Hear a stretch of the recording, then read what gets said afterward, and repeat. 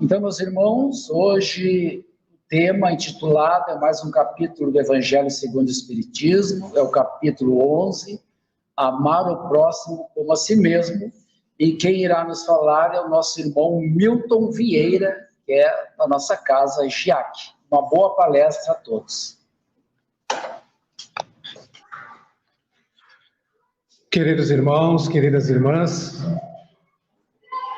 uma boa tarde a todos, sejam todos bem-vindos, encarnados e desencarnados, e também os nossos irmãos que nos assistem nas redes sociais. Que a paz e o amor de nosso Senhor Jesus Cristo esteja em todos os corações. Fomos convidados a trazer algumas reflexões sobre esse tema, amar o próximo como a si mesmo. E esse capítulo, ele tem dois itens lá que eu considero eles muito importantes, que é o maior mandamento e o dai a César o que é de César. E ele começa, então, esse capítulo com a passagem que está lá em Mateus, no capítulo 22, versículo de 34 a 40.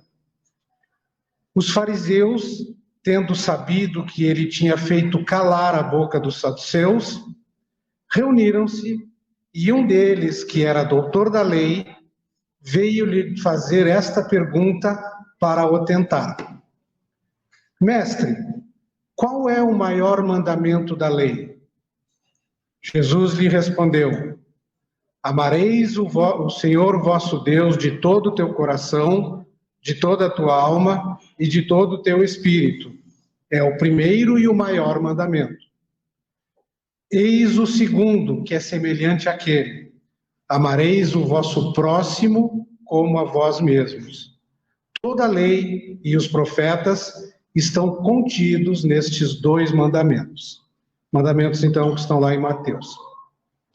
Sempre que nós formos estudar, sempre que nós formos analisar as passagens de Jesus, lá as passagens do Evangelho, nós temos que compreender o contexto em que ele estava inserido naquela época.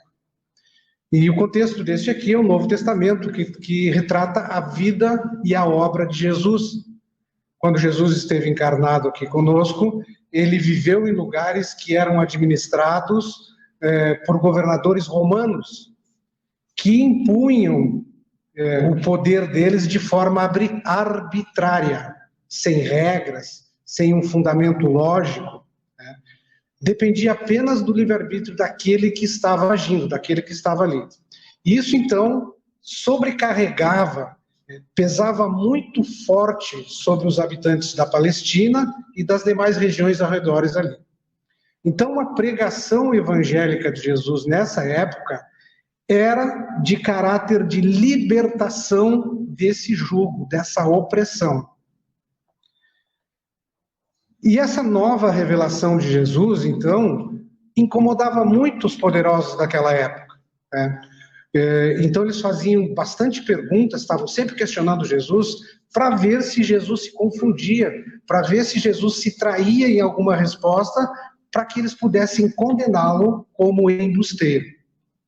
Vale lembrar que Jesus naquela época não era reconhecido como nós o reconhecemos hoje, como o governador espiritual do planeta Terra, como nosso modelo e guia. Ele era visto apenas como um homem comum.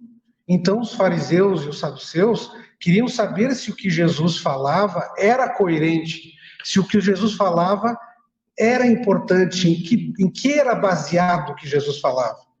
Mas, cada vez que eles faziam perguntas, Jesus respondia com a imensa sabedoria que sempre teve, né? Calava a boca deles e ainda deixava um ensinamento magnífico para a humanidade. Os fariseus, então, eles eram membros de uma seita muito apegada à tradição. Eles interpretavam as escrituras ao pé da letra e se preocupavam muito mais com os cultos exteriores do que com a prática da caridade. E os saduceus formavam uma seita materialista, não acreditavam na imortalidade da alma, não acreditavam na ressurreição, mas, contudo, eles acreditavam num Deus único e seguiam rigorosamente as leis civis que foram deixadas por Moisés.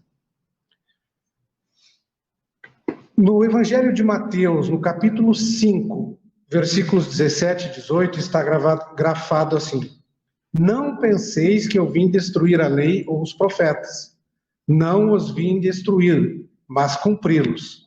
Em verdade vos digo que o céu e a terra não passarão sem que tudo o que se ache na lei esteja perfeitamente cumprido, enquanto reste um único iota ou um único ponto. Então, o que Jesus veio fazer foi separar nas Escrituras a lei moral, que é única e imutável, das leis de Moisés, das leis civis de Moisés.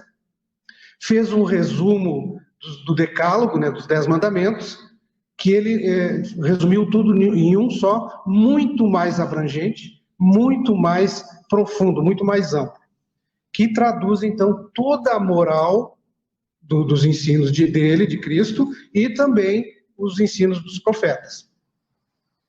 Quase 2000 anos depois, surge a doutrina espírita, também preocupada apenas com a parte moral dos ensinos do Cristo, para que nós pudéssemos aproveitar a pureza máxima dessas morais do Cristo. Então, o mandamento ficou: amarás a Deus sobre todas as coisas e ao próximo como a ti mesmo.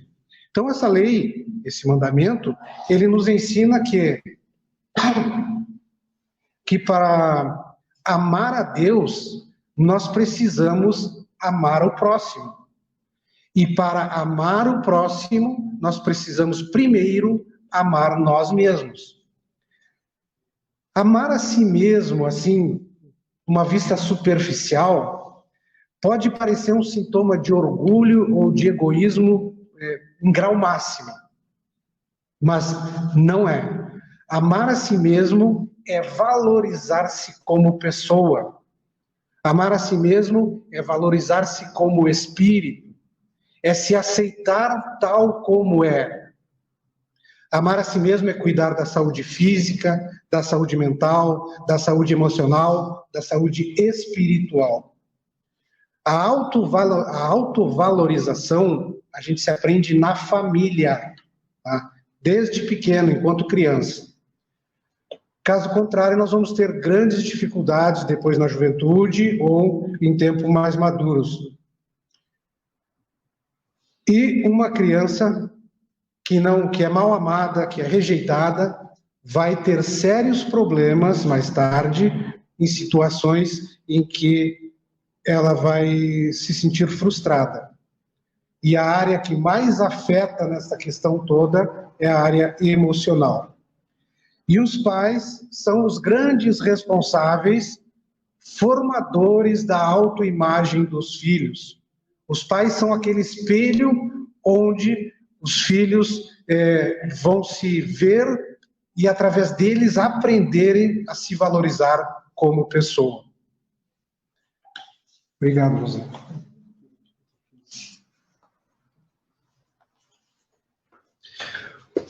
Os pais podem ser espelhos que representam um aumento exagerado da estima própria. Aqueles que se acham melhor que os outros, aqueles que são egoístas, orgulhosos, não sabem dar limite para os filhos, os tratam e os recompensam com objetos de luxo, dentro de uma sociedade materialista a qual nós vivemos. Isso é um prestígio para aquele que tem mais dinheiro, para aquele que tem mais poder, estimula a competição e a discriminação.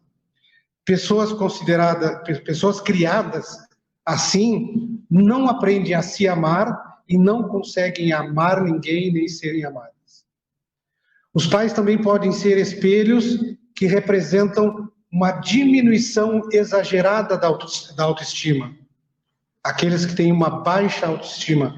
Geralmente, crianças provenientes dos meios sociais mais carentes não desenvolvem a autoestima por conta disso, porque quase nunca são desejadas. Isso quando não são rejeitadas. Elas vivem em ambientes familiares que são desestruturados, que quase sempre tem apenas um adulto para dar todo o sustento material, para dar o sustento emocional, psíquico e moral. E está comprovado pela ciência que as crianças com baixa autoestima têm sérios problemas de aprendizagem na escola. Com isso, não fazem amigos também. Têm mais probabilidades de serem mais agressivas. Todas estas frustrações vão se agravar na adolescência, quando se sentirão incapazes de enfrentar uma competição para a entrada no mercado de trabalho, por exemplo. Quem não se estima, não se ama. Quem não se ama, não tem condições de escolher um companheiro para poder compartilhar a existência. Por isso, então, que tudo que nós falamos até aqui agora, nós chegamos à conclusão que, para amar o próximo, precisamos amar a nós mesmos. E para amar a nós mesmos, é necessário que tenhamos aprendido na infância. Tá, Milton, mas como conseguir uma boa autoestima? Como aprender a amar se nós não tivemos aquela infância de oportunidade adequada? A doutrina espírita nos diz que nós podemos e que nós devemos conseguir pelo próprio esforço, pois somos responsáveis pela nossa história de vida.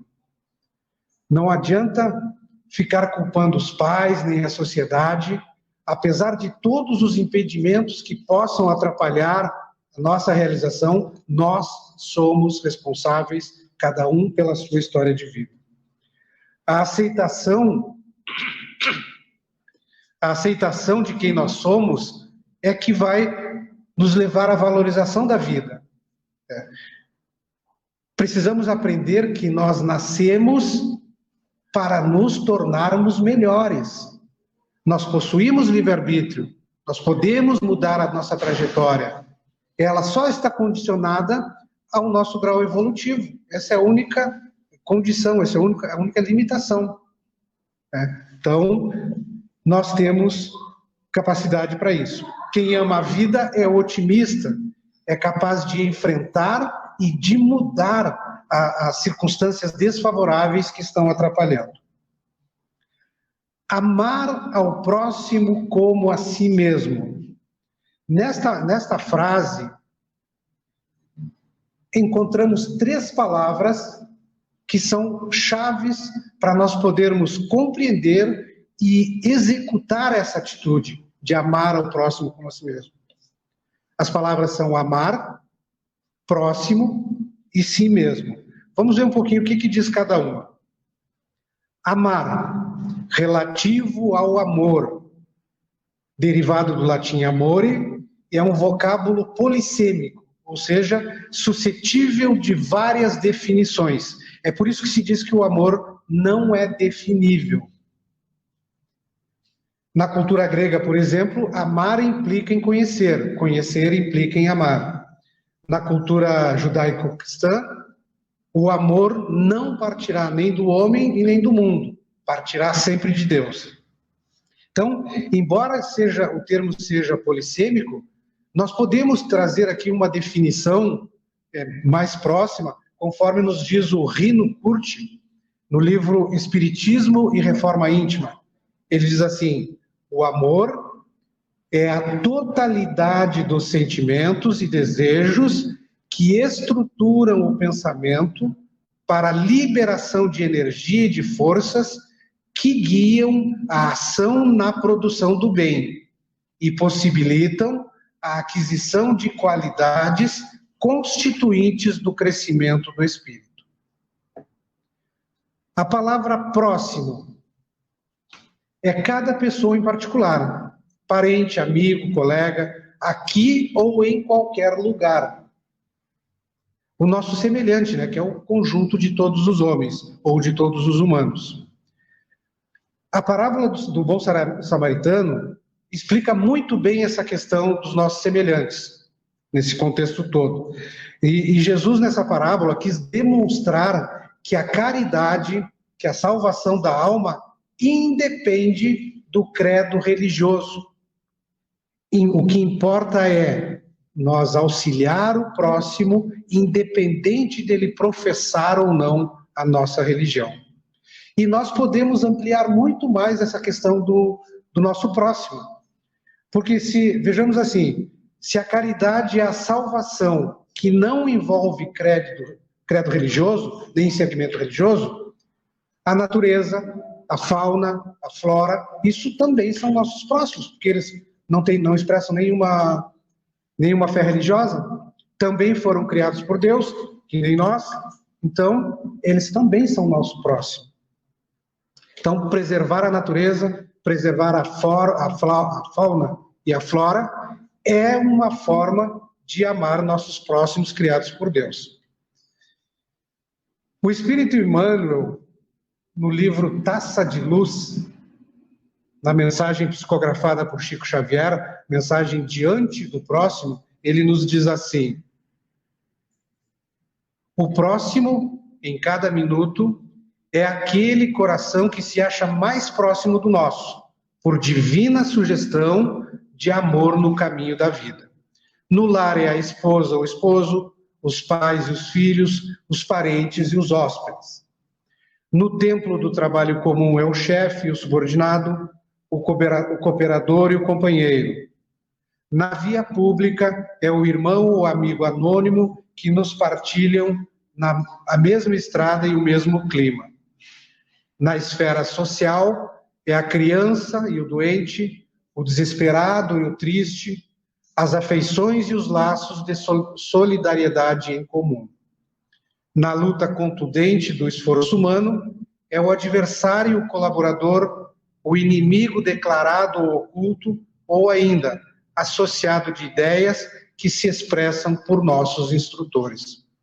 Em toda parte encontrarás o próximo, buscando-te a capacidade de entender e de ajudar. Auxilia junto com aquilo que possuas de melhor.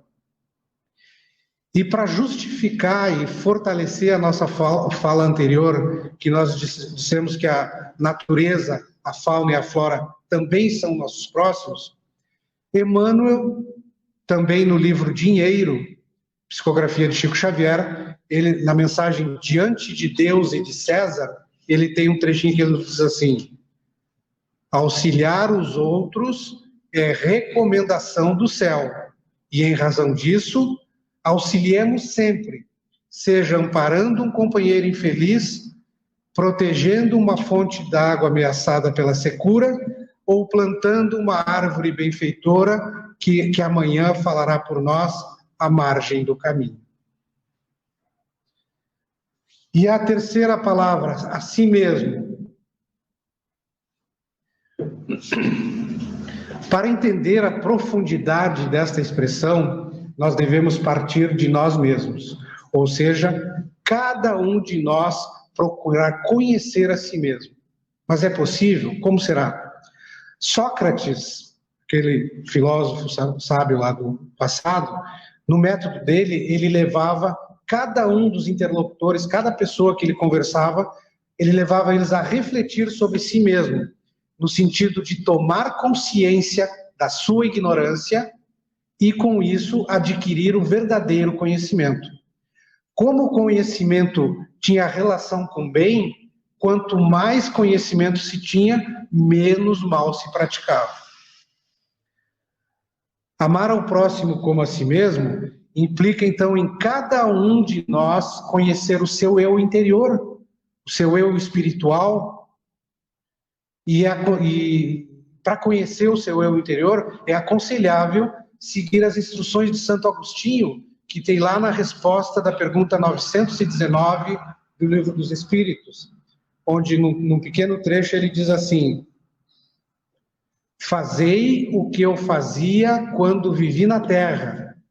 Ao fim do dia, interrogava minha consciência, passava a revista ao que fizera e perguntava a mim mesmo se não faltara a algum dever, se ninguém tivera motivo para de mim se queixar. Foi assim que cheguei a me conhecer e a ver o que em mim precisava de reforma. No Livro dos Espíritos, na questão 876, Allan Kardec pergunta aos espíritos superiores: posto de parte o direito que a lei humana consagra, qual a base da justiça segundo a lei natural? Então Kardec está querendo saber assim, deixando de lado, postando de parte o direito da lei humana, que ela já consagra, qual é a base da justiça segundo a lei de Deus? Eis que os espíritos respondem: disse o Cristo, queira cada um para os outros o que quereria para si mesmo. No coração do homem imprimiu Deus a regra da verdadeira justiça, fazendo com que cada um deseje ver respeitado os seus direitos. Na incerteza de como deva proceder com o seu semelhante em dada circunstância, trate o homem de saber como quereria que com ele procedesse, em circunstância idêntica. Guia mais seguro do que a própria consciência, não lhe podia Deus haver dado. E Allan Kardec ainda faz um comentário a respeito desta resposta, dizendo assim: efetivamente, o critério da verdadeira justiça está em querer cada um para os outros o que quer, o que para si mesmo, o que ele quereria para si mesmo, e não querer para si o que quereria para os outros, o que absolutamente não é a mesma coisa. Não sendo natural que haja quem deseje o mal para si, desde que cada um tome por modelo o seu desejo pessoal, evidentemente que nunca ninguém desejará o mal para o seu semelhante. Em todos os tempos e sob o império de todas as crenças, sempre o homem se esforçou para que prevalecesse o seu direito. Sempre eu em primeiro lugar. No item 4 deste mesmo capítulo 11 do Evangelho segundo o Espiritismo, está grafado também na resposta dessa questão 876, que a Kardec nos diz assim: amar ao próximo como a si mesmo é fazer pelos outros o que queríamos que os outros fizessem por nós. É a expressão mais completa da caridade, porque resume todos os deveres do homem para com o próximo. Então, diante disto que a gente viu até agora, todas as nossas questões materiais e espirituais devem ser pautadas por esse preceito: fazer aos outros o que eu gostaria que os outros me fizessem. Quando os fariseus perguntaram para Jesus: é-nos permitido pagar ou deixar de pagar o tributo a César? Qual foi a resposta de Jesus? Dai a César o que é de César e dai a Deus o que é de Deus. Vejamos que os fariseus, eles não estavam perguntando se era legal, se era lícito ou ilícito. Não, é permitido. Eu posso pagar ou posso deixar de pagar? E aí Jesus responde, então: dai a César o que é de César e dai a Deus o que é de Deus. Com isso, então, nós temos que entender que devemos pagar os nossos tributos, visto que ninguém quer trabalhar e não receber salários. Mas esse pagamento faz parte das leis humanas, que são mutáveis, que se modificam. Mas como Jesus, em todas as suas pregações, sempre enfatiza a lei divina, ele não perde a oportunidade de salientar o valor espiritual do ensinamento. Por isso que ele acrescenta na resposta aos fariseus: dai a Deus o que é de Deus. Ou seja, não se preocupem só com isso que é material. Temos que ter um tempo dedicado a Deus. No livro Pão Nosso, também de Emmanuel por Chico Xavier, na mensagem 102, de título Nós e César, Emmanuel nos diz assim, que é também sobre essa passagem, dai a César o que é de César. Em todo lugar do mundo, o homem encontrará sempre, de acordo com seus próprios merecimentos, a figura de César, simbolizada no governo estatal. Maus homens, sem dúvida, produzirão maus estadistas. Coletividades ociosas e indiferentes receberão administrações desorganizadas. De qualquer modo, a influência de César cercará a criatura, reclamando-lhe a execução dos compromissos materiais. É imprescindível dar-lhe o que lhe pertence. O aprendiz do Evangelho não deve invocar princípios religiosos ou idealismo individual para se eximir dessas obrigações. Se há erros nas leis, lembremos a extensão dos nossos débitos para com a previdência divina. E colaboremos com a governança humana, oferecendo-lhes o nosso concurso em trabalho e boa vontade, pacientes de que desatenção ou revolta não resolvem os problemas.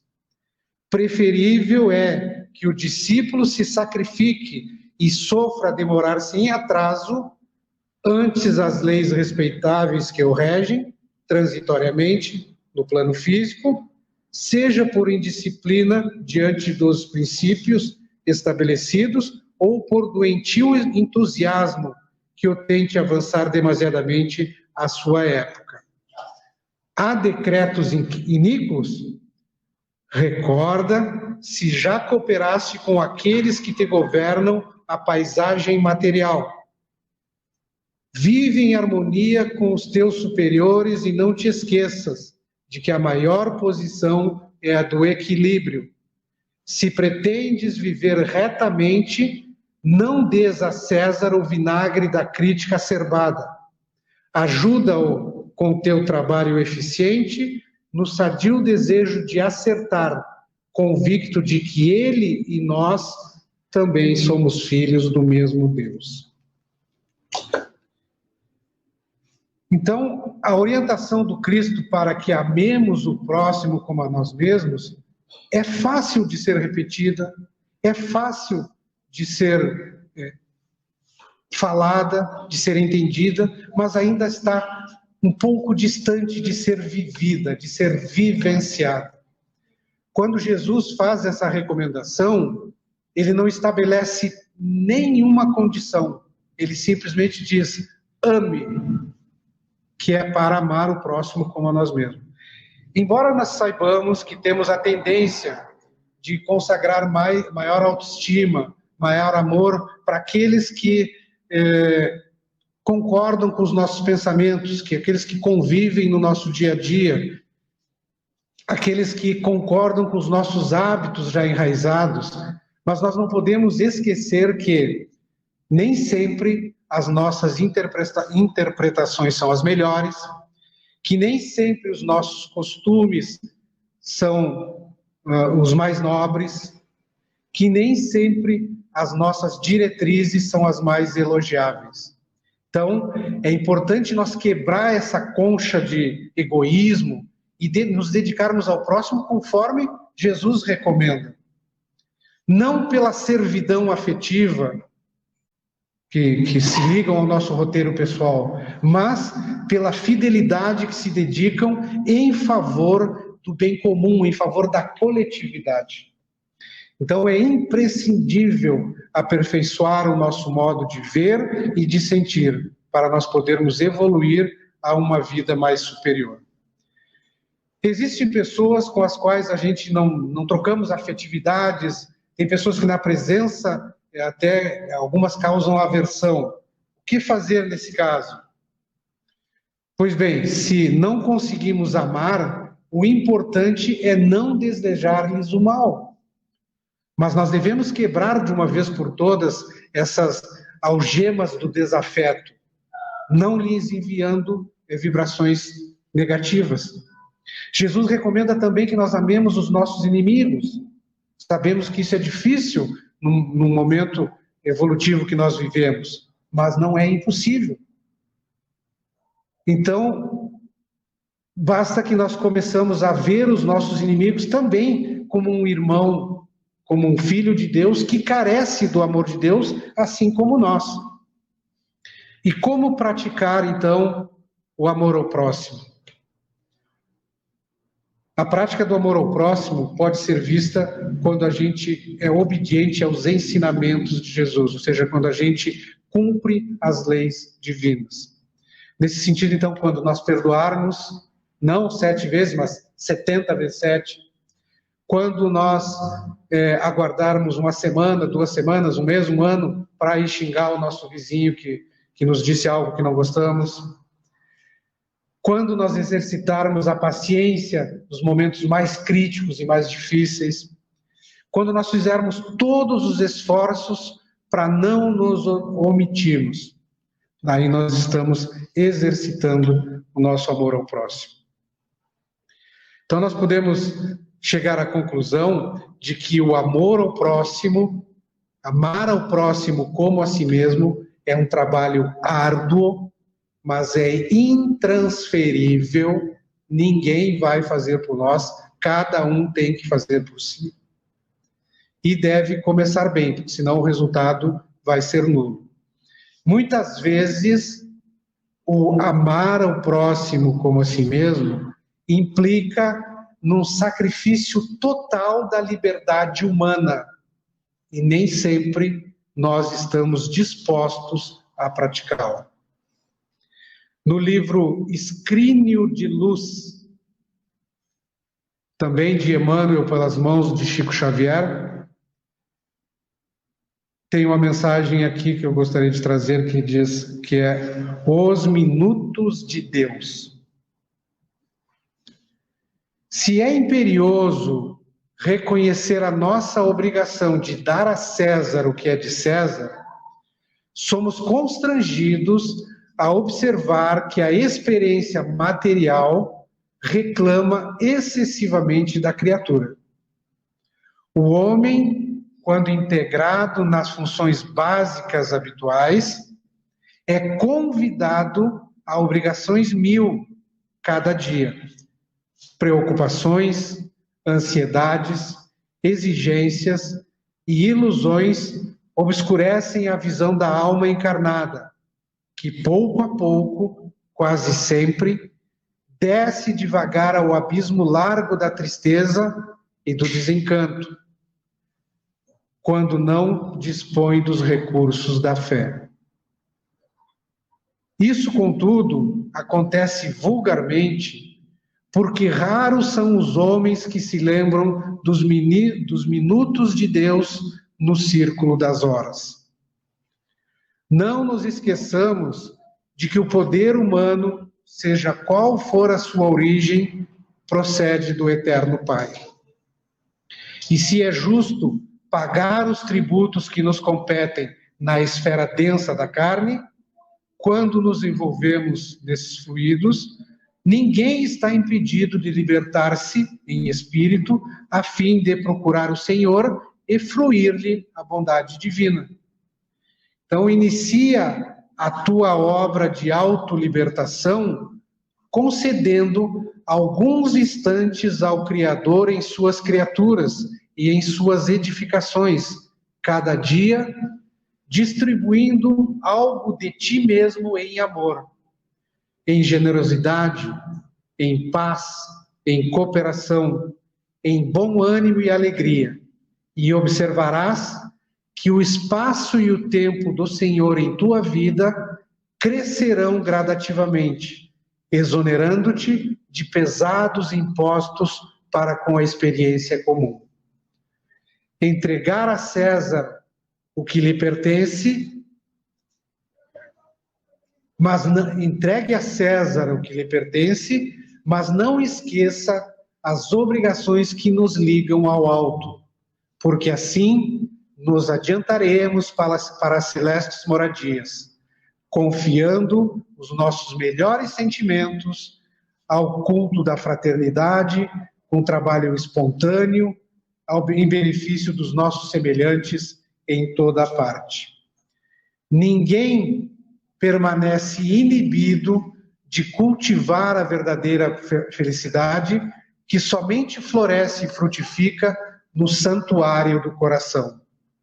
Consagramos, pois, a Deus os minutos de bondade e de harmonia que devemos improvisar em seu nome em favor da comunidade, dentro da qual evoluímos na luta cotidiana, e o Senhor, em sua magnanimidade imensurável, nos entregará a eternidade com libertação imperecível. Então é isso, meus irmãos, as reflexões que eu trouxe, e não podemos esquecer, então, que nós somos os criadores da nossa própria história. Está em nós a oportunidade de nós melhorarmos os nossos sentimentos, os nossos pensamentos e as nossas ações. Paz e luz, que a paz e o amor de nosso Senhor Jesus Cristo continuem em todos os corações.